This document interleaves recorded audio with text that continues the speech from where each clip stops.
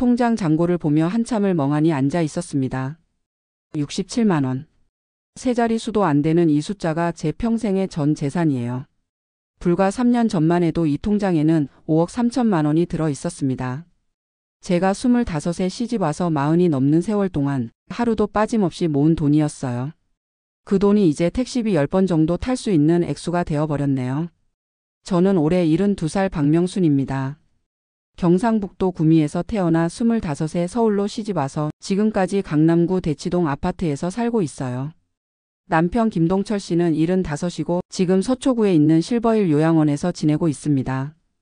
사실 이런 사연을 쓸 생각은 없었어요. 창피하기도 하고 뭔가 제가 잘못 산 것 같은 기분이 들어서요. 하지만 오늘 아침 요양원에서 전화가 왔을 때 정말 막막했거든요. 어머님, 이번 달 원비가 아직 입금이 안 되었는데요. 간호사분의 친절한 목소리였지만 제게는 마지막 통보처럼 들렸어요. 이제 정말 더 이상 낼 돈이 없다는 걸 인정해야 하는 순간이었거든요. 그래서 오늘 이렇게 사연을 써봅니다. 혹시 저와 비슷한 상황에 있는 분들께 조금이라도 도움이 될까 싶어서요. 아니면 적어도 제 마음을 털어놓을 곳이라도 있었으면 하는 마음에서요. 제가 어떻게 5억이 넘는 돈을 모았는지, 그리고 그 돈이 어떻게 3년 만에 사라졌는지 차근차근 말씀드려 볼게요. 지금 생각해보면 제 인생은 모으는 인생이었어요. 25에 시집 와서부터 시작된 절약 생활이 70이 넘어서야 끝나게 될 줄 몰랐거든요. 신혼 때부터 남편이랑 약속했어요. 우리 아이들 대학까지는 보내자. 그리고 나중에 늙어서 자식들한테 손 벌리지 말자. 그게 저희 부부의 인생 목표였습니다. 소박하지만 확실한 목표였어요. 남편은 중견 제조업체에서 격리 일을 했고 저는 아이들이 어릴 때는 집에서 재봉 일을 했어요. 낮에는 아이들 돌보고 밤에는 미싱을 돌리며 옷을 만들어 팔았죠. 한 벌에 5천 원씩 받고 말이에요. 아이들이 좀 크고 나서는 아파트 상가에서 문구점을 했습니다. 새벽 6시에 일어나 김밥을 말아서 가져가고 밤 10시까지 가게를 지켰어요. 일요일에도 쉬지 않았어요. 아이들이 엄마, 우리도 가끔 놀러 가자고 할 때마다 마음이 아팠지만 조금만 더 참자, 엄마가 돈 모아서 너희들 좋은 대학 보내줄게라고 달랬죠. 절약은 저에게 생활 습관이었어요. 겨울에 보일러는 절대 18도 이상 올리지 않았고 여름에 에어컨은 한 달에 전기세가 10만 원 넘지 않을 정도로만 켰어요. 옷은 백화점 세일 때만 사고 외식은 아이들 생일이나 명절 때만 했습니다. 장을 볼 때는 항상 할인된 것부터 찾았어요. 저녁 8시 넘어서 마트에 가면 반값에 파는 것들이 있거든요. 빵도, 도시락도, 과일도요. 조금 상했거나 모양이 좀 이상해도 상관없었어요. 어차피 집에서 먹을 건데 뭐가 문제겠어요. 아이들 옷은 동네 언니들한테 물려받거나 재래시장에서 떨이로 파는 걸 샀어요. 신발도 마찬가지였고요. 아이들이 엄마, 친구들은 다 브랜드 옷 입는 데라고 할 때마다 공부 잘하는 게 더 중요하다. 옷은 깨끗하기만 하면 된다고 타일렀죠. 핸드폰도 가장 싼 요금제만 썼어요. 인터넷도 집에서는 안 되고 문자도 아껴 보냈죠. 친구들이 카톡으로 사진 보내달라고 해도 미안, 우리 집은 와이파이 안 되라고 했어요. 실제로 안 했거든요. 그런 거 하나하나가 다 돈이었으니까요. 매달 남편 월급 받으면 정해진 대로 배분했어요. 생활비 100만 원, 아이들 학원비 50만 원, 적금 150만 원. 한 푼도 어긋나지 않게 철저히 관리했죠. 적금도 여러 개를 들었어요. 아이들 교육비용 적금, 노후 대비 적금, 비상금 적금. 은행에서 금리 좋은 상품 나오면 바로 갈아탔고 적금 만기되면 더 좋은 조건 찾아서 또 넣었어요. 남편도 저만큼은 아니어도 절약하는 편이었어요. 점심은 항상 도시락 싸가지고 다녔고 회식도 꼭 필요한 것만 참석했죠. 담배도 끊었고 술도 집에서 소주 한 병 정도만 가끔 마셨어요. 이렇게 살기를 20년. 큰애가 대학 졸업하고 취직하고 둘째도 대학 마지막 학년이 되었을 때 통장을 확인해 보니 3억이 넘어 있더라고요. 그때 정말 뿌듯했어요. 우리가 해냈구나, 아이들 뒷바라지 끝냈구나 하는 마음이었죠. 아이들이 독립하고 나서도 절약 습관은 계속됐어요. 이제 우리 둘만 남았으니까 더 아껴 써야겠다고 생각했거든요. 남편도 정년 퇴직하고 나서 연금 받기 시작했는데 그 돈은 손도 안 대고 고스란히 저축했어요. 그때부터는 정말 돈이 모이기 시작했어요. 생활비는 제가 문구점에서 버는 돈으로 충분했고 남편 연금은 고스란히 적금으로 들어갔거든요. 부동산 투자도 조금 했어요. 저희가 살던 아파트 값이 많이 올라서 작은 평수로 이사하고 차액으로 상가 하나 샀거든요. 그 상가에서 나오는 월세와 남편 연금, 그리고 제가 버는 돈까지 합치니까 한 달에 300만 원 정도가 남더라고요. 이 돈을 계속 모으면서 살았어요. 여전히 절약하면서요. 가끔 남편이 그러더라고요. 여보, 이제 좀 편하게 살자. 돈도 충분히 모았는데 뭐하러 이렇게 아껴가며 사냐. 그럴 때마다 저는 이렇게 답했어요. 당신 나중에 아프면 어떻게 하려고 그래? 병원비가 얼마나 많이 드는지 알아? 건강할 때 미리 준비해둬야지. 정말 그 말이 현실이 될 줄은 몰랐어요. 남편이 처음 이상해진 건 3년 전 겨울이었어요. 평소에 꼼꼼하던 사람이 갑자기 깜빡깜빡하는 일이 많아졌거든요. 처음에는 나이 들어서 그러나 보다 했어요. 저도 가끔 뭘 어디 뒀는지 까먹을 때가 있으니까요. 그런데 점점 심해지더라고요. 아침에 이 닦는 걸 깜빡하거나 가스레인지 끄는 걸 잊어버리거나 같은 말을 하루에 10번씩 하거나. 결정적이었던 건 남편이 집 근처에서 길을 잃었을 때였어요. 40년 넘게 살던 동네인데 집을 못 찾겠다고 경찰서에 전화했다는 거예요. 그때 경찰관이 남편을 집까지 데려다 주며 하신 말씀이 한번 병원에서 검사 받아보시는 게 좋겠어요 였습니다. 서울대 병원에서 검사 받는 데만 한 달이 걸렸어요. 여러 가지 검사를 받았는데 결과는 알츠하이머성 치매 초기 단계였습니다. 의사 선생님이 말씀하시길 지금부터 약물 치료를 시작하면 진행을 늦출 수는 있지만 완치는 어렵다고 하시더라고요. 그리고 가족들이 많이 도와주셔야 한다고 하셨어요. 처음에는 집에서 제가 돌봤어요. 치매 관련 책도 사서 읽어보고 인터넷으로 정보도 찾아보고 어떻게 하면 남편을 잘 돌볼 수 있을지 공부했죠. 약도 제때 먹이고 산책도 같이 하고 기억력 훈련도 시켜보고. 처음 몇 달은 그럭저럭 할만했어요. 남편도 아직 저를 알아보고 간단한 대화도 가능했거든요. 하지만 시간이 지날수록 힘들어졌어요. 밤에 잠을 안 자고 계속 돌아다니거나 갑자기 집에서 나가려고 하거나 화장실을 못 가려내거나 제가 잠시 눈을 돌린 사이에 가스레인지를 켜놓고 잊어버린 적도 있었어요. 무엇보다 힘들었던 건 남편이 저를 못 알아볼 때였어요. 당신 누구세요? 왜 우리 집에 있어요? 라고 할 때마다 마음이 찢어지는 것 같았어요. 50년 가까이 함께 산 사람인데 하룻밤 사이에 남남이 되어버리는 거예요. 아이들한테 도움을 요청해 봤지만 큰 아이는 직장 때문에 부산에 살고 작은 아이는 신혼이라 바빠서 자주 올 수가 없었어요. 주말에 한 번씩 와서 도와주긴 했지만 평일에는 제가 혼자 감당해야 했죠. 그러다 남편이 집에서 쓰러진 날이 있었어요. 화장실에서 넘어져서 머리를 다쳤는데 제가 그걸 한참 후에 발견했거든요. 응급실에 데려갔는데 다행히 큰 이상은 없었지만 의사 선생님이 이제 혼자 두시면 안 된다고 하시더라고요. 그때부터 본격적으로 요양원을 알아보기 시작했어요. 처음에는 정말 싫었어요. 남편을 남한테 맡긴다는 게 마음에 안 들었거든요.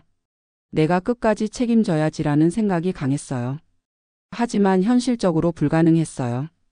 제가 이른이 가까운 나이에 몸도 예전 같지 않은데 치매 환자를 24시간 돌본다는 게 말이 안 됐거든요. 그날 남편이 쓰러졌을 때도 제가 깜빡 잠들어서 늦게 발견한 거였어요. 요양원을 알아보는 것도 쉽지 않았어요. 좋은 곳은 대기가 길고 당장 들어갈 수 있는 곳은 시설이 별로거나 너무 멀거나. 그래도 남편을 안전하게 돌봐줄 수 있는 곳을 찾아야 했어요. 여러 군데를 알아본 끝에 서초구에 있는 실버힐 요양원을 선택했어요. 집에서 그리 멀지 않고 시설도 깨끗하고 무엇보다 간병인대 환자 비율이 좋았거든요. 치매 전문 요양원이라고 하더라고요. 상담을 받으러 갔을 때 원장님이 설명해 주시길 한 달 요양비가 350만 원이라고 하시더라고요. 거기에 기저귀나 개인용품비까지 포함하면 400만 원 정도 든다고 했어요. 순간 머리가 하얘졌어요. 한 달에 400만 원이면 1년에 거의 5천만 원이거든요. 저희가 평생 모은 돈이 5억 정도인데 이런 식으로 나가면 10년도 안 되어 떨어진다는 계산이 나왔어요. 그때 원장님이 이런 말씀을 하시더라고요. 어머님, 치매는 진행성 질환이라서 갈수록 더 전문적인 케어가 필요해요. 나중에 더 심해지면 비용도 더 많이 들 수 있습니다. 집에 돌아와서 남편과 얘기해 봤어요. 그때는 남편이 아직 정신이 좀 맑을 때였거든요. 여보, 요양원에 들어가는 게 어떨까? 거기서 전문적으로 돌봐주면 더 좋을 것 같은데. 남편이 저를 보며 말하더라고요. 당신이 판단해. 나는 이제 뭐가 좋은지 나쁜지도 잘 모르겠어. 다만 당신만 너무 힘들어하지 말았으면 좋겠어. 그 말을 들으니까 더 마음이 아프더라고요. 아직 이렇게 저를 생각해 주는 사람을 요양원에 보낸다는 게 너무 죄송했거든요. 하지만 선택의 여지가 없었어요. 남편의 안전이 가장 중요했고 제가 제대로 돌볼 수 없는 상황에서는 전문가에게 맡기는 게 맞다고 생각했거든요. 결국 남편은 실버힐 요양원에 입소하게 됐어요. 첫날 짐을 정리해주고 돌아오는 길에 정말 많이 울었어요. 50년 가까이 함께 살던 사람과 헤어진다는 게 설령 요양원이라지만 너무 서럽더라고요. 요양원비는 매달 초에 미리 내야 했어요. 처음 몇 달은 그럭저럭 낼만 했어요. 저희가 모아둔 돈도 있고 남편 연금도 나오고 제가 문구점에서 버는 돈도 있으니까요. 하지만 시간이 지날수록 부담이 커졌어요. 남편 상태가 나빠질수록 추가 비용이 계속 발생했거든요. 기저귀도 더 많이 쓰게 되고 약값도 늘어나고 특별 간병비도 들고 처음에는 한 달에 400만 원이라고 했는데 실제로는 500만 원 가까이 나갔어요. 거기에 제가 요양원에 갈 때마다 드는 교통비, 가끔 사가는 과일이나 간식비까지 합치면 더 많이 들었죠. 1년이 지나니까 통장 잔고가 눈에 띄게 줄어 있더라고요. 5억이 넘던 돈이 3억 정도로 줄어 있었어요. 그때부터 조금씩 불안해지기 시작했어요. 이 속도로 나가면 언제까지 버틸 수 있을까? 돈이 떨어지면 어떻게 해야 하나? 그런 생각들이 머릿속을 맴돌았거든요. 더 큰 문제는 남편 상태가 계속 나빠진다는 거였어요.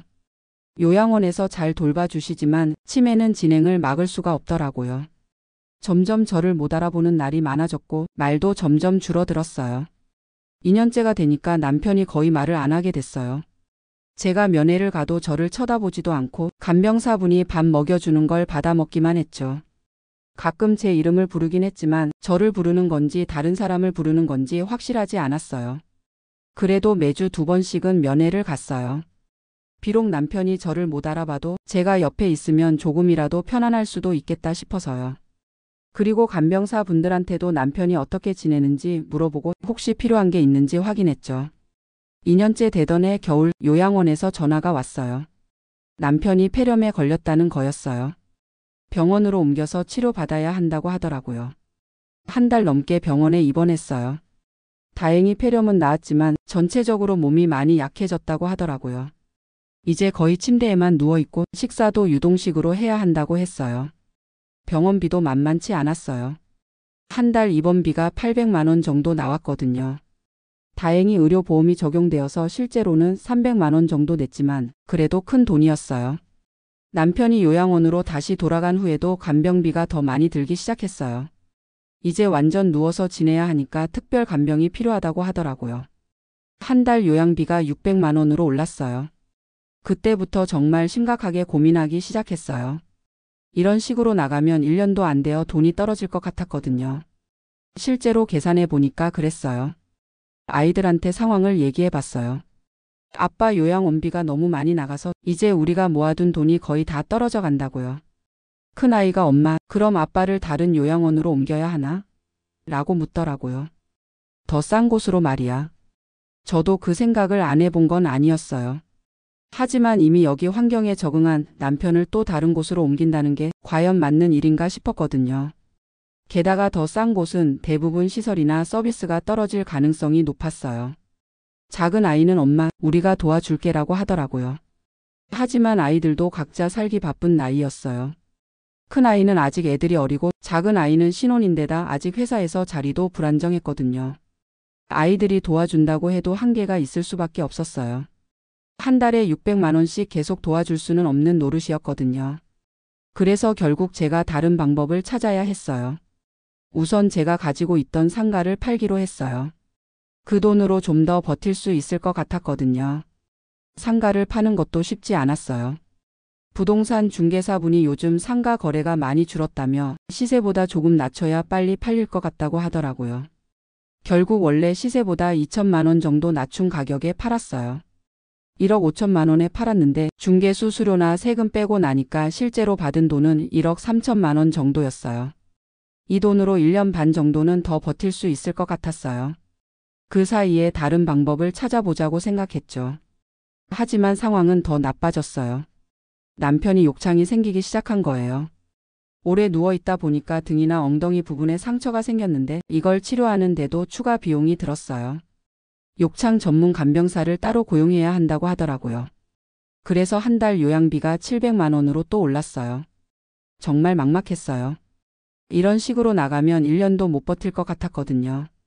매일 밤 잠들기 전에 계산기 두드려가며 계산해 봤는데 어떻게 해도 답이 안 나왔어요. 그러던 중에 요양원에서 좋은 소식 같지 않은 소식을 전해왔어요. 남편이 이제 음식을 삼키기 어려워해서 비위관을 삽입해야 할 것 같다는 거였어요. 그렇게 되면 더 전문적인 의료 서비스가 필요하다고 하더라고요. 비위관 삽입 수술비도 있었지만 그보다 더 큰 문제는 앞으로의 간병비였어요. 이제 거의 중환자 수준의 케어가 필요하다는 거였거든요. 한 달에 800만 원은 나갈 것 같다고 하더라고요. 그 말을 듣는 순간 정말 눈앞이 캄캄했어요. 800만 원이면 1년에 거의 1억인데 제가 가진 돈으로는 1년 반도 못 버틸 계산이었거든요. 그날 밤 정말 많이 울었어요. 평생 모은 돈이 이렇게 빨리 없어질 줄 몰랐거든요. 아껴 쓰고 또 아껴 써서 모은 5억이 3년도 안 되어 바닥날 상황이 된 거예요. 다음 날 아침 아이들을 불러서 가족 회의를 했어요. 아빠 상태가 더 나빠져서 이제 한 달에 800만 원씩 들어간다. 엄마가 가진 돈으로는 1년 반 정도밖에 못 버틴다. 아이들도 충격받은 표정이었어요.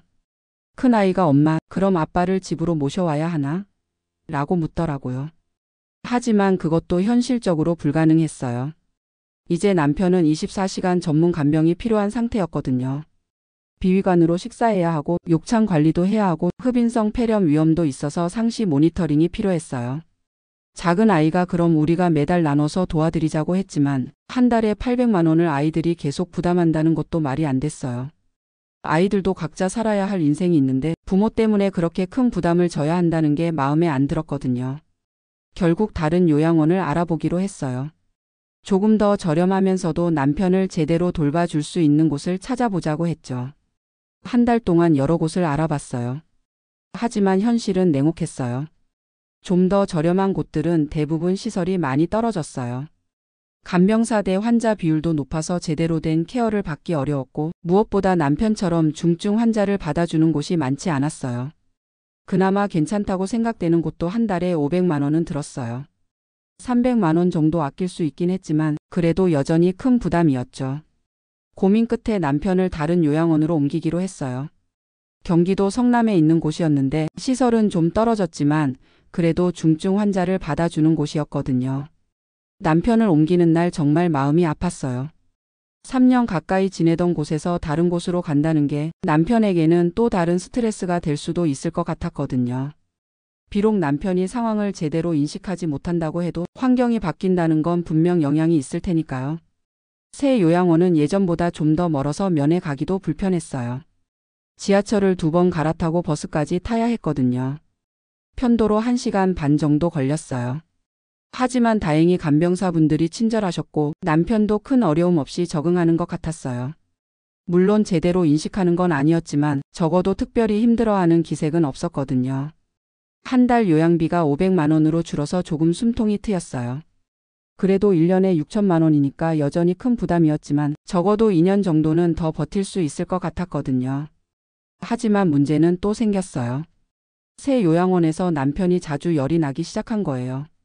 처음에는 단순한 감기인 줄 알았는데 계속 반복되더라고요. 병원에서 검사해보니 요로 감염이었어요. 오래 누워있으면서 생기는 합병증 중 하나라고 하더라고요. 항생제 치료를 받아야 한다고 했는데 이것도 추가 비용이었어요. 한 달에 2~3번씩 병원에 가야 했고 그때마다 검사비며 치료비가 나갔어요. 한 번에 10만 원에서 20만 원씩 한 달이면 50만 원 정도 추가로 들었죠. 그렇게 1년이 더 지났어요. 통장 잔고는 계속 줄어들고 있었지만 그래도 아직은 버틸 만했어요. 남편 상태도 큰 변화 없이 유지되고 있었고요. 그런데 작년 여름 남편이 또 큰 병에 걸렸어요. 이번에는 폐혈증이었어요. 요로 감염이 심해져서 생긴 거라고 하더라고요. 중환자실에 일주일 입원했어요. 다행히 목숨은 건졌지만 전체적으로 몸이 더 약해졌다고 하더라고요. 이제 조금만 관리를 소홀히 해도 큰 병에 걸릴 수 있다는 거였어요. 중환자실 일주일 입원비가 거의 1,000만 원 나왔어요. 보험 적용 받아도 400만 원 정도 냈거든요. 그 돈으로 한 달 요양비를 낼 수 있는 금액이었어요. 남편이 요양원으로 돌아간 후에도 더 세심한 관리가 필요해졌어요. 욕창도 더 생기기 쉬워졌고 감염 위험도 높아졌고 전반적으로 더 많은 의료적 처치가 필요했어요. 요양원에서 이제 간병 등급을 올려야 할 것 같다고 하더라고요. 그러면 한 달 요양비가 600만 원으로 다시 올라간다는 거였어요. 정말 절망적이었어요. 다시 원점으로 돌아간 기분이었거든요. 비용을 줄이려고 요양원까지 옮겼는데 결국 같은 상황이 된 거예요. 그때부터는 정말 하루하루가 불안했어요. 매일 계산기 두드려가며 계산해 봤는데 어떻게 해도 1년을 못 버틸 것 같았거든요. 아이들한테 다시 도움을 요청했어요. 이번에는 정말 급한 상황이라고 좀 더 적극적으로 도와달라고 했죠. 큰아이가 엄마, 우리도 최선을 다해서 도와드릴게. 하지만 매달 600만 원을 계속 도와드리기는 어려워라고 하더라고요. 한 달에 200만 원 정도씩은 도와드릴 수 있을 것 같아. 작은 아이도 저도 한 달에 100만 원 정도는 도와드릴게요 라고 했어요. 아이들이 도와준다고 해도 한 달에 300만 원 정도였어요. 여전히 300만 원은 제가 감당해야 했죠. 그러면 1년에 3,600만 원, 제가 가진 돈으로는 2년 정도 버틸 수 있을 것 같았어요. 하지만 그것도 아이들에게 너무 큰 부담이었어요. 큰 아이는 애들 학원비며 교육비가 만만치 않았고 작은 아이는 아직 신혼이라 집 마련하느라 바빴거든요. 그래도 달리 방법이 없었어요. 우선은 아이들 도움을 받으면서 버텨보자고 생각했죠. 그런데 올해 초에 또 문제가 생겼어요. 남편이 뇌출혈로 쓰러진 거예요. 치매 환자들에게는 종종 있는 일이라고 하더라고요.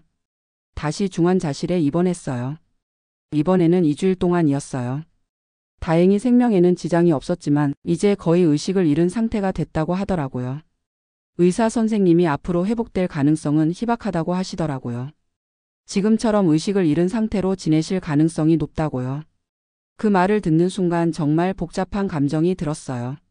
한편으로는 남편이 더 이상 고생하지 않을 수도 있겠다는 안도감도 있었고 다른 한편으로는 이제 정말 남편과의 소통이 완전히 끝났다는 슬픔도 있었어요. 중환자실 2주일 입원비는 거의 2천만 원 나왔어요. 보험 적용 받아도 800만 원 정도 냈거든요. 그 순간 제 통장 잔고가 1천만 원 아래로 떨어졌어요. 정말 막막했어요. 이제 정말 끝이구나 싶었거든요. 평생 모은 돈이 정말 바닥나는 순간이었어요. 아이들한테 상황을 얘기했더니 큰아이가 엄마, 이제 아빠를 집으로 모셔와야 할 것 같아라고 하더라고요. 더 이상 요양원비를 감당할 수가 없어. 하지만 지금 남편 상태로는 집에서 돌보는 게 불가능했어요. 의식도 없고 비위관으로 식사해야 하고 24시간 모니터링이 필요한 상황이었거든요. 작은 아이가 그럼 정부 지원 받을 수 있는 방법은 없을까? 라고 물어보더라고요.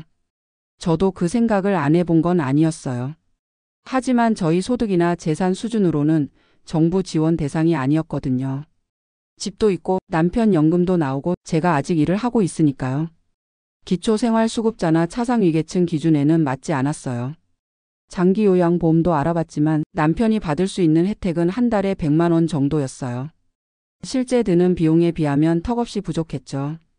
정말 방법이 없었어요. 아이들이 더 많이 도와준다고 해도 한계가 있었고 정부 지원도 받을 수 없는 상황이었거든요. 그러던 중에 요양원 원장님이 저를 불러서 말씀하시더라고요. 어머님, 이달 요양비가 아직 입금이 안 되었는데 혹시 어려운 상황이신가요? 정말 부끄러웠어요. 평생 돈 때문에 누구한테 빚지거나 민폐 끼친 적이 없었는데 70이 넘어서 이런 상황이 될 줄 몰랐거든요. 죄송합니다. 조금만 시간을 주시면 해결해 보겠습니다. 그렇게 말씀드렸지만 사실 뾰족한 수가 없었어요. 진짜 더 이상 낼 돈이 없었거든요. 집에 돌아와서 마지막으로 할 수 있는 방법을 생각해 봤어요. 우리가 살고 있는 아파트를 파는 것이었어요. 하지만 그러면 저는 어디서 살아야 하나 그런 생각도 들었죠. 큰아이가 엄마, 우리 집으로 오시면 안 돼? 라고 하더라고요. 하지만 부산까지 가서 살 수는 없었어요. 남편 면회도 가야 하고 제가 하던 일도 있었거든요. 작은 아이는 저희 집은 너무 좁아서 라고 하더라고요. 신혼집이라 원룸이었거든요. 이해할 만했어요. 결국 아파트를 팔기로 결정했어요. 그 돈으로 전세로 작은 집을 구하고 나머지 돈으로 요양원비를 조금 더 내보자고 생각했죠. 부동산에 내놓았는데 요즘 집값이 많이 떨어져서 예상보다 적게 나올 것 같다고 하더라고요. 그래도 어쩔 수 없었어요. 다른 방법이 없었거든요. 아파트가 팔리기까지는 시간이 걸릴 것 같았어요. 그 사이 요양원비는 어떻게 해야 할지 막막했죠. 아이들이 급한 대로 돈을 모아서 도와줬어요. 큰 아이가 적금을 깨서 500만 원, 작은 아이가 대출 받아서 300만 원. 그렇게 한 달 요양비는 겨우 마련했어요. 하지만 그것도 임시 방편일 뿐이었어요. 다음 달부터는 또 어떻게 해야 할지 모르겠더라고요. 그러던 중에 요양원에서 또 연락이 왔어요. 남편이 또 폐렴에 걸렸다는 거였어요. 이번에는 상태가 좀 심각하다고 하더라고요. 병원으로 이송됐는데 의사 선생님이 이번에는 회복이 어려울 수도 있다고 하시더라고요. 가족분들이 마음의 준비를 하시는 게 좋겠다고요. 그 순간 정말 복잡한 마음이었어요. 한편으로는 남편이 더 이상 고생하지 않았으면 하는 마음도 있었고, 다른 한편으로는 이렇게 보내기 싫은 마음도 있었거든요.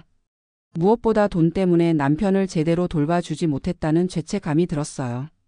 만약 돈이 충분했다면 더 좋은 곳에서 더 좋은 치료를 받을 수 있었을 텐데 그런 생각이 계속 들었거든요. 다행히 남편은 이번에도 고비를 넘겼어요.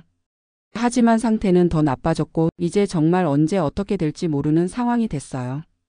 병원비도 또 나갔어요. 이번에는 1,500만 원 정도였는데 보험 적용 받아도 600만 원 정도 냈거든요.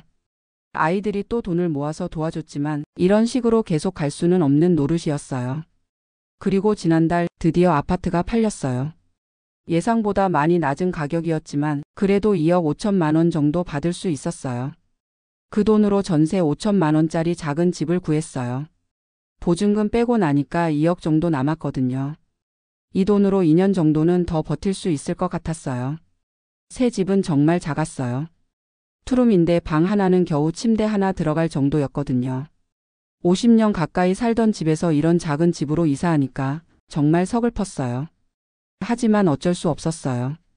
남편 요양비를 내려면 이렇게라도 해야 했거든요. 새 집으로 이사하면서 많은 물건들을 버려야 했어요. 그동안 모아둔 가구며 가전제품들, 추억이 담긴 물건들까지. 정말 많이 울었어요. 특히 남편이 쓰던 책상이며 의자, 함께 찍은 사진들이 담긴 앨범들을 정리할 때는 눈물이 멈추지 않더라고요. 그렇게 이사를 마치고 다시 계산해 봤어요. 남편 요양비가 한 달에 600만 원, 제 생활비가 한 달에 100만 원 정도. 1년에 8,400만 원 정도 드니까 2억으로는 2년 반 정도 버틸 수 있을 것 같았어요. 그런데 또 문제가 생겼어요. 코로나19 때문에 요양원 면회가 금지된 거예요. 거의 1년 가까이 남편을 못 봤어요. 전화로만 안부를 확인할 수 있었는데 간병사분 말씀으로는 남편 상태가 많이 안 좋아졌다고 하더라고요. 계속 누워만 있다 보니까 근육이 많이 빠졌고 욕창도 더 심해졌다고 했어요. 면회가 다시 가능해졌을 때 남편을 보니까 정말 많이 변해 있더라고요. 살도 많이 빠지고 얼굴색도 안 좋고 전체적으로 더 약해 보였어요. 그래도 제가 손을 잡으면 조금 움직이는 것 같았어요. 비록 의식은 없지만 어딘가에서는 제 존재를 느끼고 있는 것 같았거든요. 그런 남편을 보면서 생각했어요. 정말 제가 할 수 있는 건 다 했나? 더 좋은 방법은 없었나? 그런 생각들이 계속 들었거든요. 하지만 후회해봤자 소용없었어요. 이미 지나간 일이고 지금 할 수 있는 건 남편을 끝까지 잘 돌보는 것뿐이었거든요. 그리고 올해 들어서는 요양비가 또 올랐어요.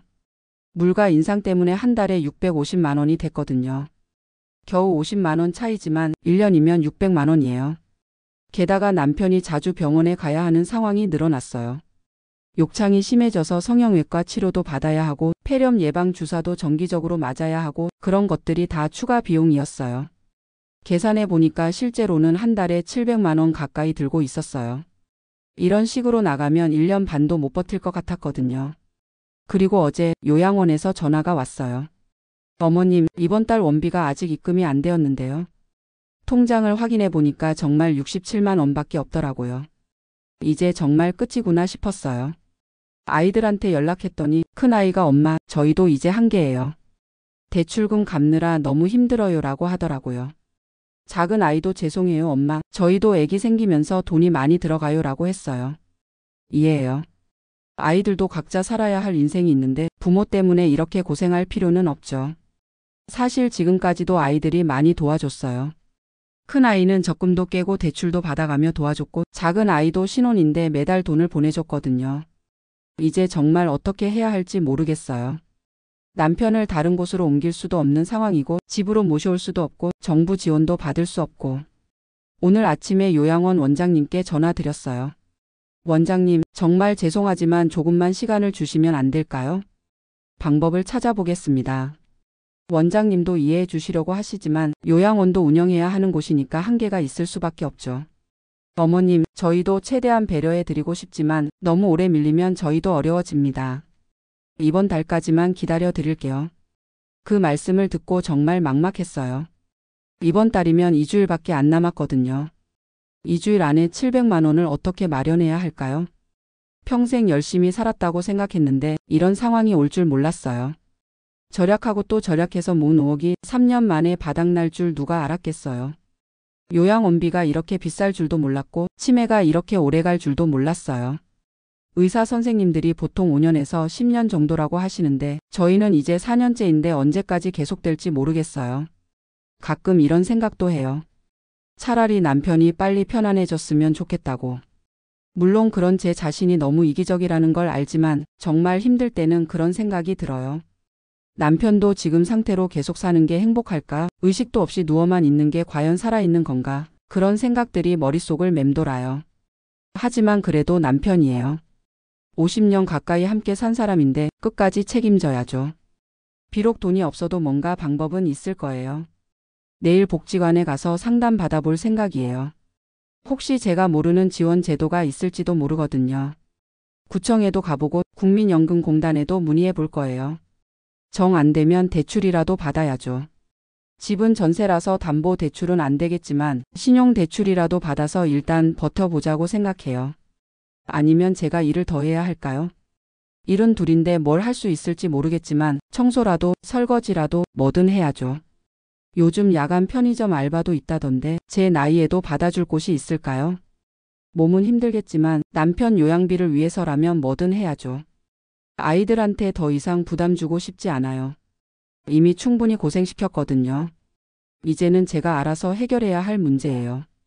사실 이런 사연을 쓰는 것도 혹시 저와 비슷한 상황에 있는 분들이 어떤 좋은 방법을 알고 계시지 않을까 해서예요.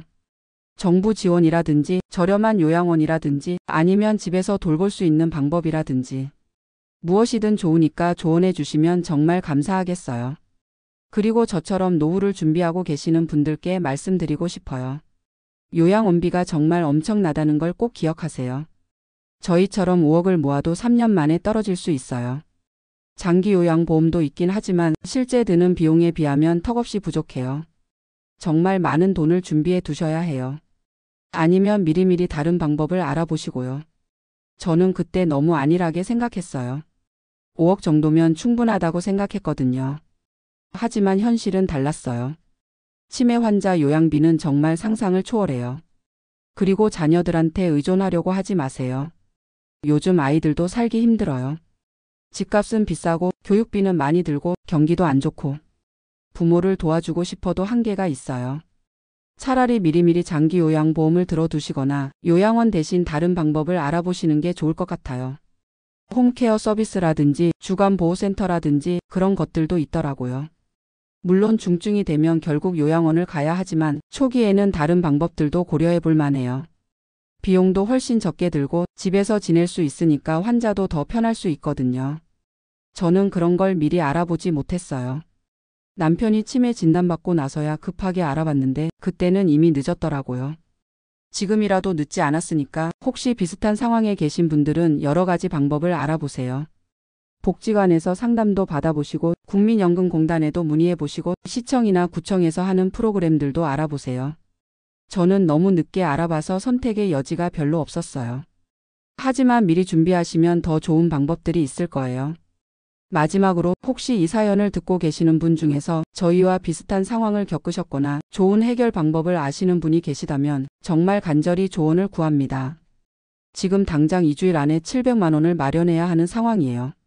남편을 포기할 수는 없거든요. 마지막까지 제가 할 수 있는 모든 것을 다 해보고 싶어요. 대출이든 일자리든 정부 지원이든 무엇이든 가능한 방법이 있다면 시도해보고 싶어요. 평생 남한테 손 벌리고 살지 않으려고 열심히 살았는데 이제 와서 이렇게 도움을 요청하게 되니까 정말 부끄럽고 죄송해요. 하지만 남편을 위해서라면 자존심도 버릴 수 있어요. 오늘도 남편 면회를 다녀왔어요. 여전히 의식은 없지만 제가 손을 잡으면 조금 반응하는 것 같았어요. 여보, 조금만 더 힘내. 내가 끝까지 지켜줄게라고 말해줬어요. 남편이 들었는지는 모르겠지만 저는 그 약속을 지키고 싶어요. 비록 돈이 없어도 방법은 있을 거라고 믿어요. 내일부터 발로 뛰어다니면서 방법을 찾아볼 거예요. 복지관도 가고 구청도 가고 은행도 가고 할 수 있는 모든 곳을 다 가볼 거예요. 혹시 시간제 일자리라도 있다면 지원해 볼 거고 대출 받을 수 있는 곳이 있다면 알아볼 거예요. 포기하지 않을 거예요. 40이 넘는 세월을 절약하며 살아온 제가 이런 상황에서 포기할 수는 없거든요. 분명히 방법이 있을 거예요. 그리고 언젠가는 이 힘든 시간도 지나갈 거라고 믿어요. 남편도 편안해질 수 있을 거고 저도 다시 평범한 일상을 찾을 수 있을 거예요. 그때까지는 하루하루 버텨나가는 수밖에 없겠죠. 힘들어도 포기하지 않고 끝까지 최선을 다해 볼 거예요. 혹시 이 사연을 들으시는 분들 중에 저희와 비슷한 어려움을 겪고 계신 분들이 있다면 서로 힘내라고 말씀드리고 싶어요. 우리는 혼자가 아니에요. 함께 이겨낼 수 있을 거예요. 그리고 아직 건강하신 분들은 미리미리 준비하세요. 저처럼 막막한 상황에 처하지 마시고 미리 여러 가지 방법들을 알아보시고 준비하세요. 건강할 때는 몰라요. 설마 우리 가족이 이런 일을 겪을 거라고는 생각 못 하거든요. 하지만 누구에게나 일어날 수 있는 일이에요. 저도 3년 전만 해도 이런 상황을 겪게 될 줄 꿈에도 몰랐거든요. 남편이 치매에 걸릴 줄도 몰랐고 요양원비가 이렇게 많이 들 줄도 몰랐어요. 하지만 이제는 알았어요. 현실이 얼마나 냉혹한지, 돈이 얼마나 빨리 떨어지는지 아무리 준비해도 부족할 수 있다는 걸 알았어요. 그래도 후회는 안 해요. 남편을 끝까지 돌봐줄 수 있어서 나름대로는 다행이라고 생각해요. 만약 돈이 아예 없었다면 이렇게라도 돌봐줄 수 없었을 테니까요. 5억이라는 돈이 3년 만에 떨어지긴 했지만 그래도 남편이 전문적인 치료를 받을 수 있었고 안전한 환경에서 지낼 수 있었어요. 그것만으로도 감사해요. 이제 남은 건 마지막 순간까지 최선을 다하는 것뿐이에요. 비록 돈은 없지만 마음만은 포기하지 않을 거예요.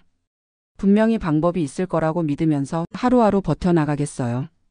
긴 이야기 들어주셔서 감사합니다. 혹시 도움이 될 만한 조언이나 정보가 있으시면 정말 간절히 부탁드려요. 저뿐만 아니라 저와 비슷한 상황에 있는 많은 분들에게도 큰 도움이 될 거예요. 모든 분들이 건강하시고 이런 어려움을 겪지 않으시길 진심으로 바랍니다.